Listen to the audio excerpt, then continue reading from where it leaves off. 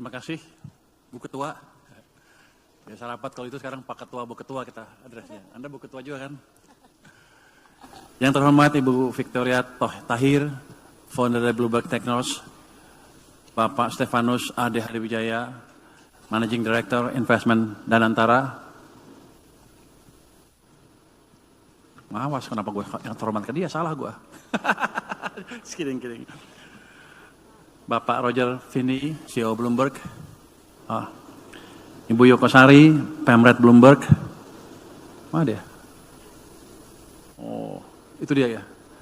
Itu yang masa saya kesini saya udah nggak mau datang, dipaksa-paksa sama dia. Katanya kalau nggak datang, dia kalau saya telepon nggak angkat telepon lagi.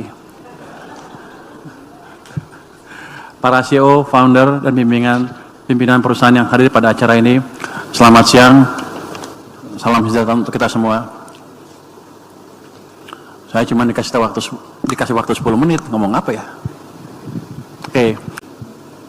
Tapi tentunya awalnya 8% bukan angka yang gampang bisa diraih dan memang agak sulit kalau kita nggak tahu ilmunya. Nah, kebetulan saya tahu ilmunya sedikit. Kata Yoko, saya suruh sombong di sini. Ya deh, saya memang agak pintar sehingga tahu ilmunya ini. Jadi saya balik buka-buka buku apa sih yang ada di kepala Pak Presiden pada waktu itu. Saya pikir dia terinspirasi oleh ajaran Sumitonomics, bapaknya sendiri. Bapaknya itu orang pinter, ekonom jagoan. Saya pikir sih jago karena saya lihat disertasinya di tahun 1943 dia sudah mengetahui isu-isu moneter pada waktu itu. Jadi saya bilang ini orang pinter banget. Terus dia buat 3 pilar pembangunan ekonomi Indonesia yang bagus katanya. Yang pertama harus ada pertumbuhan ekonomi yang tinggi, yang kedua ada pemerataan manfaat pembangunan, yang ketiga stabilitas nasional yang dinamis. 3-tiganya harus ada. Satu nggak ada, itu ekonominya bisa rentan. Kalau Anda lihat kan, ketika Pak Presiden mencanangkan program MBG, apalagi Koperasi Merah Putih dan lain-lain, sekolah murah dan lain, sekolah rakyat, itu kan seperti seolah-olah populis dan kayak nggak ada tujuannya. Padahal yang dikerjakan adalah bagian 2 dan 3 di gambar ini, pemerataan manfaat bangunan dan sekaligus menciptakan stabilitas nasional yang dinamis.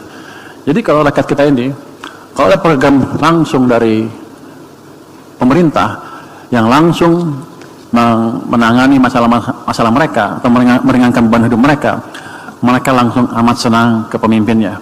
Biasanya begitu. Jadi MBG jelas itu kan, pemerataan pembangunan kan ke bawah. Terus karena orangnya senang, ya stabilitas sosial politiknya kira-kira terjaga, harusnya. Ini kan launching dari Bloomberg Business Week ya.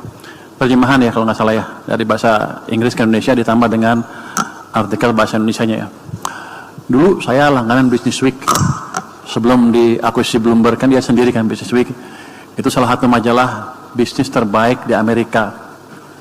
Jadi saya banyak belajar ilmu dari situ. Kalau untuk teknologi segala macam, saya bacanya di sana. Untuk ide-ide terbaru terkini, saya bacanya dari sana. Jadi ini majalah yang amat baik.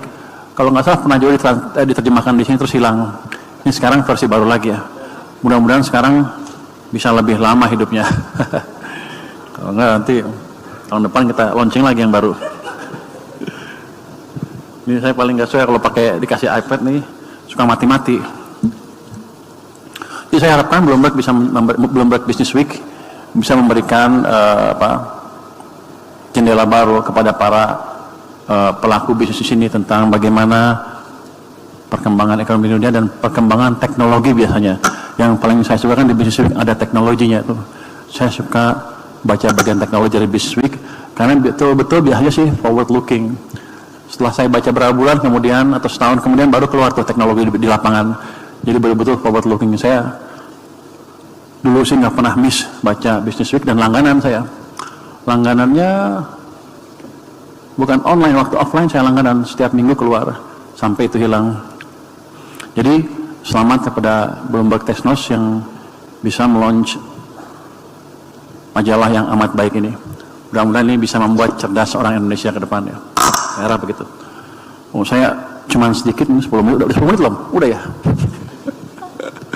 Oke. Oke, saya akan update sedikit aja tentang tugas saya. Ya, boleh masuk ini ya. Meyakinkan Anda bahwa kita bisa menuju pertumbuhan yang 8%. Anda pasti kan nggak percaya.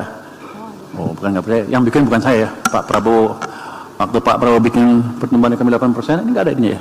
Materinya nggak di situ ya. Oh, nggak di-share ya? Ada. Waktu Pak Prabowo mencanangkan laju pertumbuhan yang 8%, banyak orang yang skeptis. Anggapnya nggak mungkin terjadi. Kalau saya malah senang. Oke, kalau 8%, dulu saya belum di tim ya. 8% ini good start. Tapi kalau kita menjadi negara maju, kurang 8% itu. Kita harus menciptakan pertumbuhan ekonomi double digit selama lebih dari 10 tahun. Baru ada harapan kita menjadi negara maju.